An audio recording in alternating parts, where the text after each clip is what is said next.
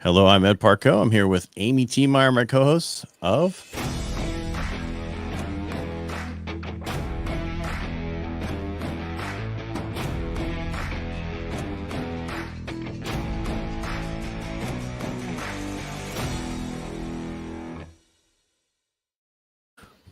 Nice to see you here, Amy, because you weren't supposed to be here. I'm not saying like I didn't want you here. I just said you said you had something else. So I kind of want to bring up how this show kind of started. I received this shirt the other day, and so I checked out where who they were and everything, and I contacted them through LinkedIn, and now they're on the show. So let's bring them on, shall we? Absolutely. All right, let's add them to the stream. All right, let's make it big enough so everybody can see them. Dave and Stacy, thank you for coming to the show today. Hey, thanks, Ed. Thanks for having us on. We really appreciate it. Yeah, because I got the shirt from Valhalla, and I went home. My wife it was like, "Who's 22 Mohawk?" I'm like, I have no idea, but I'm definitely going to check it out because I like the logo. So when you make hats, I need a hat. Got you. Yeah. See, this is our Helping the Brave hat, by the way. I love it. Yeah. And we got gray coming, so because I think the color makes it look too much like Navy, and that's okay. I am a Navy vet, but you are. Well, thank you for your service, Ed. Thank you for your service. My son's an airborne medic up in Alaska right now. So. Oh, I've heard great things about Alaska. I've never been, but airborne all the way. Yeah, if you like darkness in the winter and a lot of light in the summer, it's a great place. I like darkness all the time. Where are you from? Darkness. We're in Massachusetts right now, just outside of Boston, in a town called. Yeah.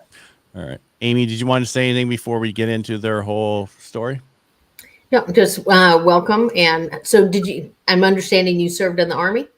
I was in the Army, yes. Yep. Me too. And you as well, Stacy? No, I didn't serve. Oh, okay. I'm sorry, she didn't read the bio. It's okay. I didn't. I won't lie. Serving now. Stacey's That's right. It was so we'll get in the story, but I know it was your dad that passed away Correct, right? Yeah. Yes. See, I read.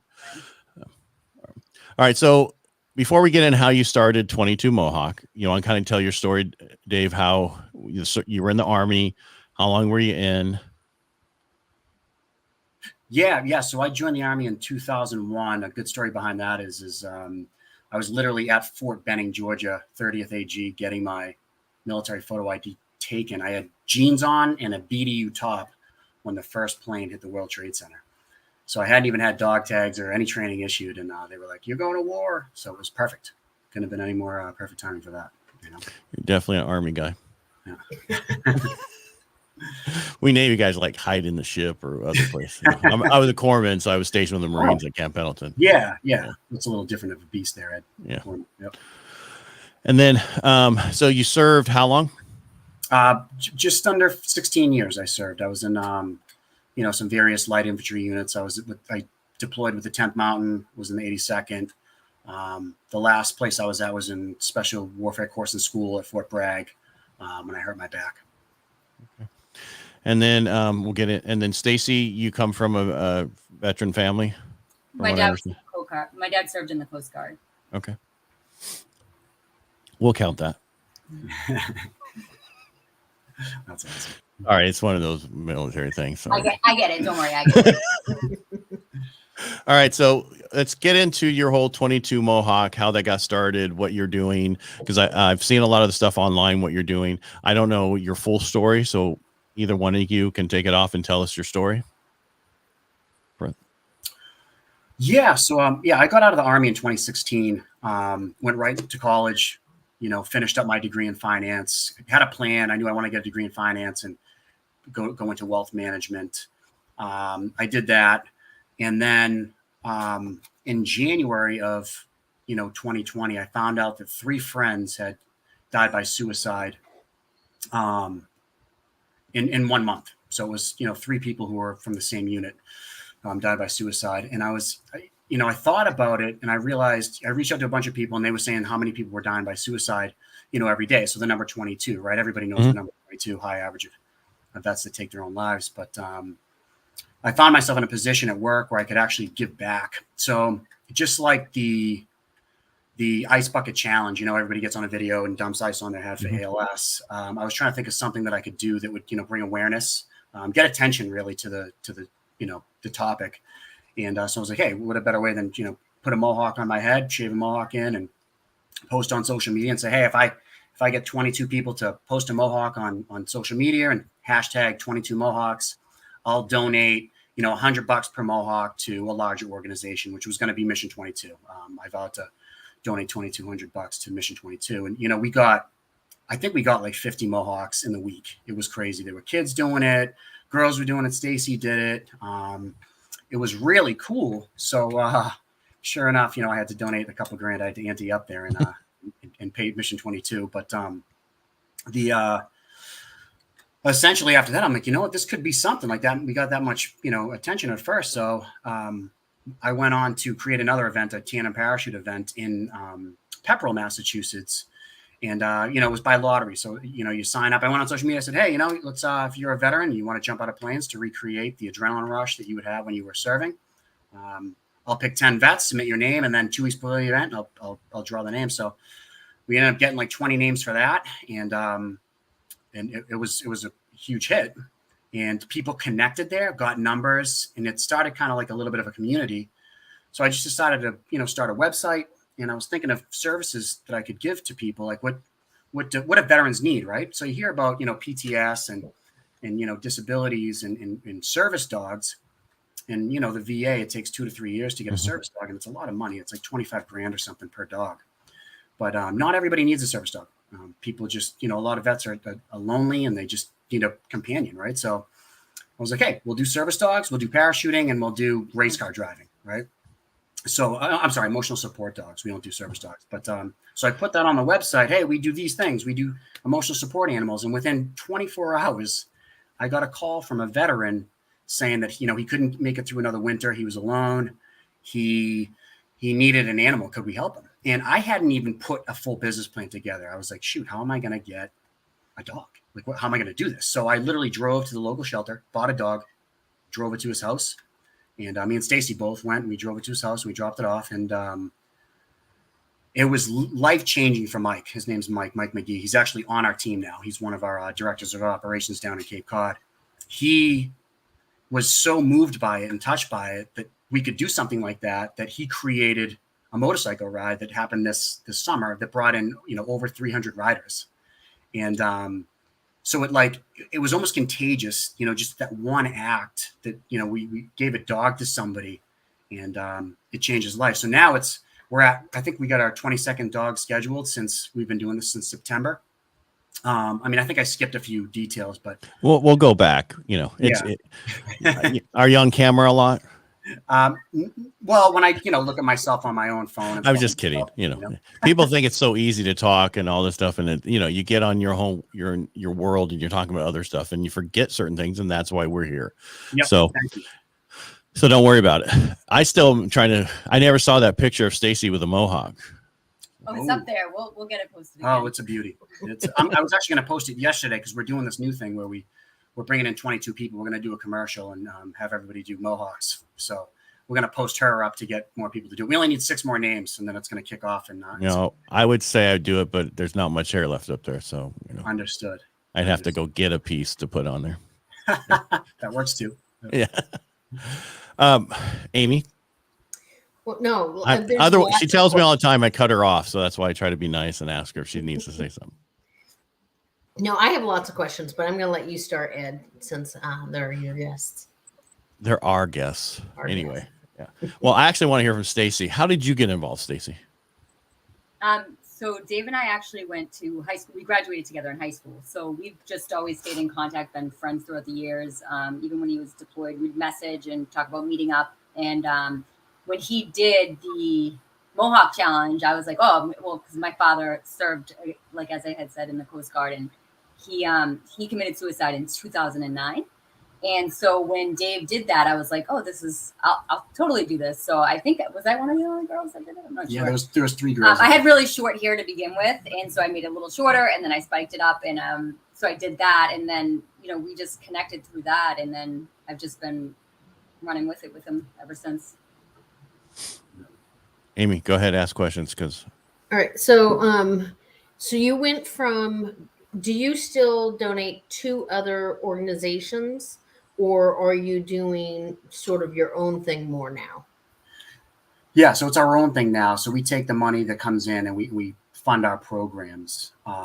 We will donate. Like if one of our like our dog recipients or somebody that we know, put something out, like they're doing a run for a specific organization, we'll donate to them so they can donate to the organization. But most of the funds that come in just go directly to our programs.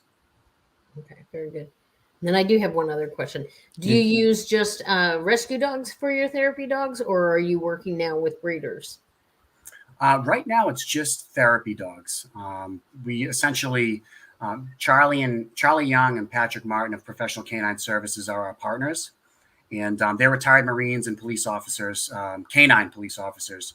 They get the dogs for us, and they're from shelters, kill shelters, local rescues, and then they offer us. We get full lifetime training for the pups. So twice a month, we have a 4-hour block where all our veterans who have received a dog come in and receive training. So I don't know, maybe I'm going too fast here, but I'm kind of segueing into it. I'll kind of recap on something that's actually really cool, just to touch on the community and how things have panned out. Is the gentleman that Dave spoke of earlier, Mike McGee, our first recipient of the dog program. He connected us with Professional Canine Services, and they're in Middleborough. He posted online after he got the dog about, how we had got this dog for him and whatnot. And because we were going to pay for him to get training for the dog through, his own, wherever he could find it. The Professional Canine Services, Pat and Charlie, had saw his post on Facebook and reached out to Mike and said, hey, we're local near you, kind of. We want to provide you free training for your dog. Thank you for your service. Like, this is really great. So Mike went down there and started doing training and immediately contacted us and was like, we got to link up with these guys down here. They're great. They're really knowledgeable. They have a great business. They have land down here. So he connected us with them. And that's how we started working directly with them for this. And when we do the blocks of training, we have cookouts and other things. So it's really community building too. It's not just like, here's your dog. Some people can't make it to training. We have some older vets that just can't get down there. So we'll do Zoom trainings for them. So that they can get the general kind of obedience stuff in for that. But it's really cool, the connections of just the dots that have met up in the great people that have just came through our path as this just unfolds. Now, are you focusing more on the therapy dogs going forward, or is there other parts? You mean as far as like events and stuff? Or? Well, just like what is there different segments to the 22 Mohawks? Like we do therapy dogs, and we also do this. We do this kind of thing. Yeah, so we do once a month. We have a meetup. It's called DORP, where we have a bunch of vets come in, and we have pizzas and drinks and stuff, and we'll have a guest speaker. So it's kind of like a therapy session, right? Somebody comes in, talks, and it gets people networking. We do that once a month, and then we have 2 times a year we fly 10 veterans to Dunedin, Florida. To go through abbreviated airborne school, and they get static line airborne school training. So it's like 2 days of how to jump out of a plane, and then 3 or 4 days of jumping, and everybody gets 5 jumps, and they actually get their airborne wings, Ed. So if you wanted to jump, if you're not airborne, you could come down, actually do the 5 jumps, get your airborne wings, and get it put on your ERB. It gets signed off on by a commander. So it's kind of cool that some of these guys actually get to put that on their ERBs. But during that training, we do mental health sessions, group and one-on-one. And all those guys, 2 of the guys that came down to the training the same week before they got down there, their closest friends took their own lives. So it was by a lottery too, how we picked these people. So it was almost like those guys were supposed to be there. You know what I mean? To get the connection with us. I believe in that. I believe that there was a reason those 2 gentlemen happened to be invited down. But that's twice a year. That's October and February. And then our staple event is on Labor Day weekend, we have a tandem parachute jump where we bring in a bunch of vets, have dinner after, have a DJ. And, people have flown in from Virginia, Kentucky. People have flown in from a lot of places to attend this event. And it's basically just one jump, a tandem jump.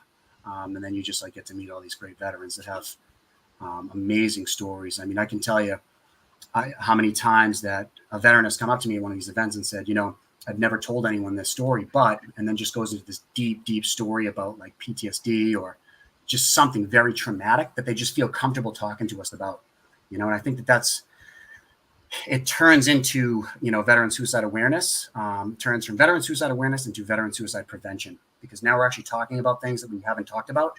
And now people know that they have somebody that they can connect with. So I think we're a small organization, but we have a really, really big impact on the veterans that are part of our community. And, we're really trying hard to grow it and help, because, suicide prevention starts at the local level, starts in the neighborhood. And I mean, when you talked about 2020, my son had just got up to Anchorage, Alaska, right? And there were so many guys committed suicide at the base because they were locked in at that time. So there is so much. So it's not just, people have been out for a while. It was other people that we had the same issues. And so it was a lot to get them through that, and it was just because they were stuck in barracks. They couldn't do anything. That's right. Stacey, do you want to tell them the story about that? So that base that you're speaking of, we actually, we did the Savage Wonder Festival this year. It was a great event put on by Vet Rep Theater. They're friends of ours. So they had this great event. Where was it again? It was in New York. It was in New York. Yeah. And we got connected with this man, Angelo. He's a veteran and he's an artist. And he was going to be at the event and he was trying to come up with something inspirational or to tie in to do. And I thought to him, I was like, why don't we do 22 pieces to honor 22 veterans have taken their life from suicide. And then we were going to get the pieces out to the family. But in this piece of art, I call it urban abstract art. He used 22 Mohawks for the basis, but in the background of the piece, there's a newspaper article, and it's actually about that base. Yeah, that you just mentioned. It has the highest suicide rate of any military post. In the U.S. Yeah. And it was worse during that period of time because they were stuck. And at one point, they were stuck in some of the older part of the barracks, and they forgot about them to even feed them. That's right. For a day or so, Yeah. Oh, yeah. Yeah. It was pretty bad. Yeah. But your son was there. You said your son was there during the time frame. Yeah. So, and he's doing good. He's on the other side now. So, good. He's on next June. He's going to be going to where Amy is. She's up in Washington. Oh, nice. Sorry, we have a dog with us too. That's okay. You hear whiling in the background. I apologize. It's not my stomach. And see, I'm in Modesto, California, like I told you the other day, and then Amy's up there. We actually used to have two hosts on the East Coast, but then as life changes, things change. So That's right. They move. No, I just liked what you guys were doing, and I wanted to know more about it. And how did you get on the Valhalla? How did Valhalla reach out to you to get on their T-shirt? So on our trip down to Dunellen, we drove down and we made a stop at the DC cemetery, right? The National Cemetery. And we also connected with Corey Schaefer, who was the founder, owner of Till Valhalla Project. And he came, he met us, he gave us a tour of his business. It was pretty cool. He's a good guy. He's a Rhode Island guy. So he's a Red Sox fan. So we like him a little bit more. Gives him a little bit of brownie points there.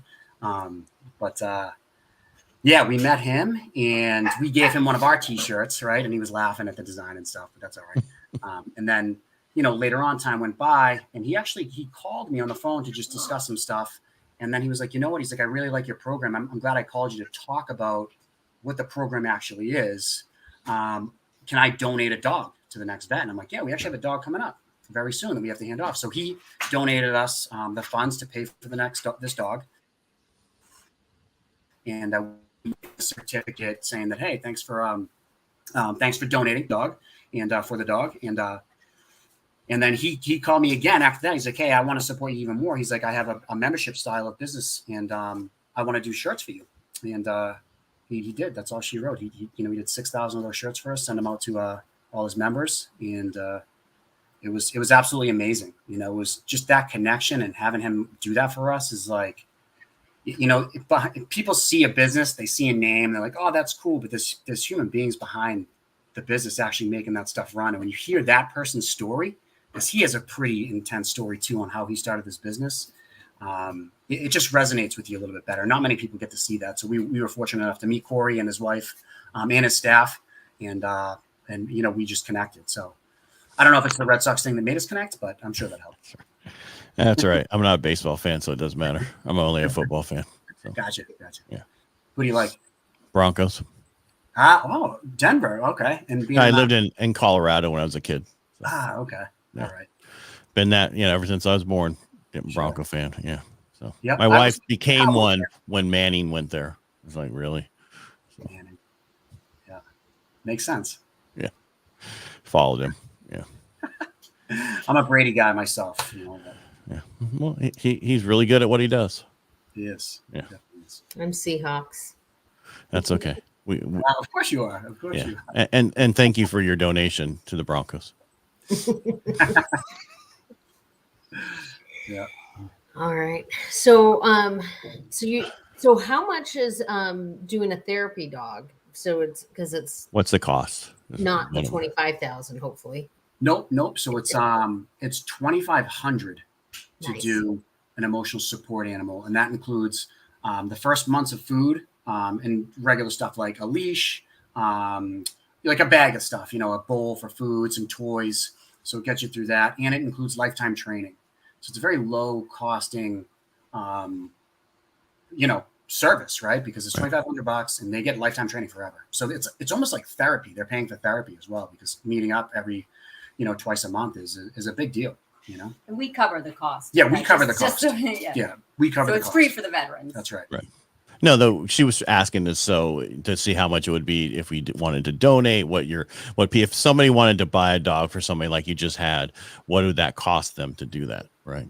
Yep, that's the 2,500, and then we have certificates like we did with Till Valhalla, and we bring that out to them as well. So sorry, I apologize for that. Don't worry about it. Yeah. Hey, We we're have dog. kids. Yeah, so am I. I have a pit bull now, American bully, that I found on a trail. He was tied up to exercise equipment, and when I came up, people were asking if it was my dog. I was like, no, and someone had left it there. It was like in January. It was really cold out. On the way back, I took it home and put it on Facebook and tried to find out, if there was an owner who it was stolen or whatever. Now he's my dog, but what I was getting at is some of these rescue dogs are some of the best animals you're ever going to find. Absolutely. Yeah, I mean, It's like they know that you're like saving them, Right. And that's actually our motto. Our motto is save a dog to save a veteran, because we're saving the dog from an unknown life and giving them to someone who really needs them, So Well, and I think so many veterans do need like just a therapy dog. Doesn't necessarily need the full service animal, and I know that that's really kind of big right now. But they are expensive if you go through reputable places. And if you need that, then you should go through a reputable place. But there's a lot of veterans that just need, for anxiety and PTS and stuff like that, a therapy Myself dog would included. be more. And like what you're doing is plugging them into a community, because it's the isolation that is the biggest contributor to suicide from, all the studies that I've read, at least. So I just recently read a study in the National Guard, I think it's Illinois maybe, that said that, because they're trying to do one therapy dog per state by 2025 or something. I forget what the date is, but the study was that since they've given dogs to people, it's a 0% suicide rate. Mm-hmm. Recipients of the dogs, 0%. because they don't want to leave the dog. Right. Yeah, I mean, Who's it gonna makes take me care of think it? about Yeah. these government programs that are like, where's all this money going to? Well, we know that this is working, right? I've talked to vets all the time, and I get their sentiment, how they feel and talk, and they're hurting. People are hurting. Everyone's hurting. So like you have therapy, and that's fine. That's one piece of the puzzle, but giving someone a dog, if it's a 0% suicide rate, I've had warriors, grown men tell me that they were going to take their lives even with a dog, and then they thought about their dog and they're like, I'm not going to kill myself now, because they don't think about their wife, they don't think about they think about their dog. You know what I mean? It's just, I think yeah. I just went through some training that really talked about, like, how everybody's red flags are different, right? So coming from the other side, it's hard to know how to be there for our friends and family who might have suicidal ideations, right? But if you have a dog, that's a great red flag to understand that something really big is happening. If they're like, I think I'm going to rehome my dog, that's the opportunity to turn around. Really? Why? Great What's point. going on? You've had the dog for 5 years. What's new now? And I think, but I also think it's key is the other classes. Dave, what'd you say?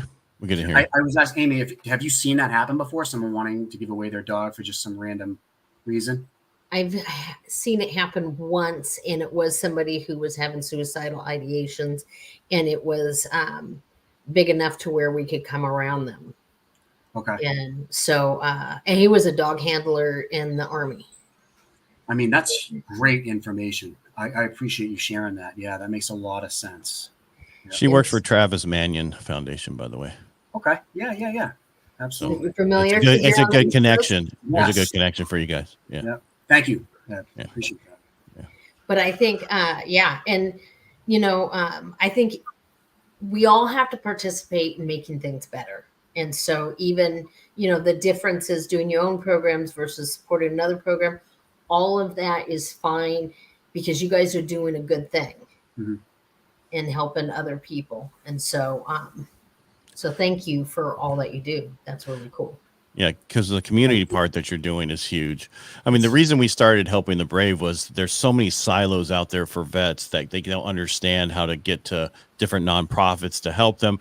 Nonprofits don't work with each other because they overlap just a little bit, and they don't want, you should be here for the veterans, period. No other reason, Absolutely. right? Yeah. And so whatever you guys need, let us know. I think your program needs to go across nationwide because I could just see it because, and please don't take this wrong, but this little dog I got, right? He's this pit bull. He's my dog now. I haven't had a dog since I was a kid. Yes, we've had animals at the house, but they were the kids' animals. It was weird because when you get he's not a therapy dog, but you understand, they pick you, right? The dogs really pick you. And that's why you need to get these dogs for vets, and anybody who needs that, we need to get more dogs for them. And plus we can save all these dogs. So Agreed. Save a dog, save a vet. Absolutely. Yeah. Yep. So whatever you guys need, whether it's more handlers, more trainers, more whatever, nationwide, more dogs, we should help you out somehow. Really appreciate that, Ed and Amy. Thank you. Yeah. Amy's going to be there to feed them constantly, whatever you need. Pick up poop and stuff. Nope. I draw the line. That's fair. All right. So what do you need? Because this is about you. What do you guys need help with? Just like you said, Ed, we need people to know about us. That is our goal. Our goal is to, move across the states and just get people in the know and what we're trying to do and try to help out and essentially recreate the program because it's such a low cost program. It's like you take a couple people that want to help the vets and just get a little bit of fundraising going. And we've done since September, we'll be doing 22 vets. Our next vet's going to be 22. And that's 22 people, right? It's 22 people we helped out. God knows how many other people that's helped just by seeing that happen, right? So we just want people to know about it. We want people to jump on board and do it themselves. They don't necessarily even have to work for us. They can just do it, but just give us a call and we can help them, put it into place, You guys should put together a SOP about how you do what you do, right? Yep. And then be able to have other chapters so that you can go, here's how we can set this up for you. Here's your SOP like we had in the military, and you hand it off and you say, just follow these things. This is what you do. You can be a chapter of us as long as you follow these guides, right? So did we lose you? Are you there still? Yeah, we've kind of been working on stuff like that as well. So that is a great idea. And really, the other thing too I want to touch on is we work with the veterans obviously, but we're open to helping anybody in need. Like our volunteers, just whoever it may be, the families of the veterans. We're working on a program right now where we're helping children of veterans or anybody. Again, that's our main focus, but that have passed away from suicide. We have one of our girls, she's a veteran, and her son committed suicide. He's 13, and his older sister found him, and they're part of our family now. We call it the Mohawk family. And the older daughter, she's an artist, so she makes designs for us, and we put them on shirts. We sell the shirts, and then we'll donate the proceeds to her for her college fund, right? Yeah. So giving her a purpose. So really what it comes down to is like bringing a purpose, whatever that may be. Some people don't need the dogs. So we, some, not that they don't need, but some people, maybe they're just not an animal person. So we have these events, right? And these other events really bring people in and just create that community, right? And bringing purpose. So then we have a lot of people that have just joined us, and then they're doing events for us because they find that they like that. One of our speakers, he came in and his story is so amazing. And there's so many pieces to it. And it's so intricate. And it was just mind blowing. And so we offered, we'll send you to a speaking course so you can fine tune your skills, because his therapy is actually getting out and telling his story. We're just looking for, to help people for whatever their passion is and bring out that purpose in them, and see how we can facilitate to allow them to fulfill that and to keep going forward. Right. I mean, there's such a huge need. Besides this, I do another podcast called Inner Edison, which is your greatest accomplishments come from your greatest defeats. And I was interviewing a lady yesterday, and she talked, and she found out I did this, and she's like, "Oh, my nephew, he went over to Iraq. He came back. He wanted to be a sniper, but they said he was too nice. Well, his Humvee blew up. He didn't. People got killed in it. He didn't. So then he went back and became a sniper, and he has over 50 kills confirmed." And he's not the same guy. And she's like, "I don't know how to help him. I don't know how to do this." And so I was trying to get her connected to many different things. What I'm trying to get at is there's such a need out there for all this stuff. And we need to do a better job helping our veterans, period. Absolutely. Whatever that. And like you said in the beginning, Ed, about like, there's a little bit of overlap between nonprofits, and they're like, "Nah, I don't want to go. I don't want to help you out because I'm going to do my own thing. I need to do this myself." It's like, who cares? Let's just get it together. I'll help you this time. You help me next time. Like, just connect and help. I mean, it's not about you. It's not about me. It's about the mission, right? The mission, the men, and me, right? Right. And a lot of times they hide behind, it's our funding. We have to keep, I understand some people have those issues. That's not where I'm at. I'm at whatever we need to do to help. Amy's at wherever she needs to do to help, and that's what she does. So whatever you guys need, let us know. Even getting word out about whatever you're doing or any events you got coming on, let us know. We'll put it out there for you too. Thank you so much, Ed, guys. And if you guys need anything from us, please feel free to reach out to us if we can help you guys out in any way. I mean, obviously you're, what is it, like 3:00 for you guys? 4:04 actually. Yeah. So, but if you guys need anything, please, we'll no, whatever. I mean, because you are doing a great thing. It needs to get bigger.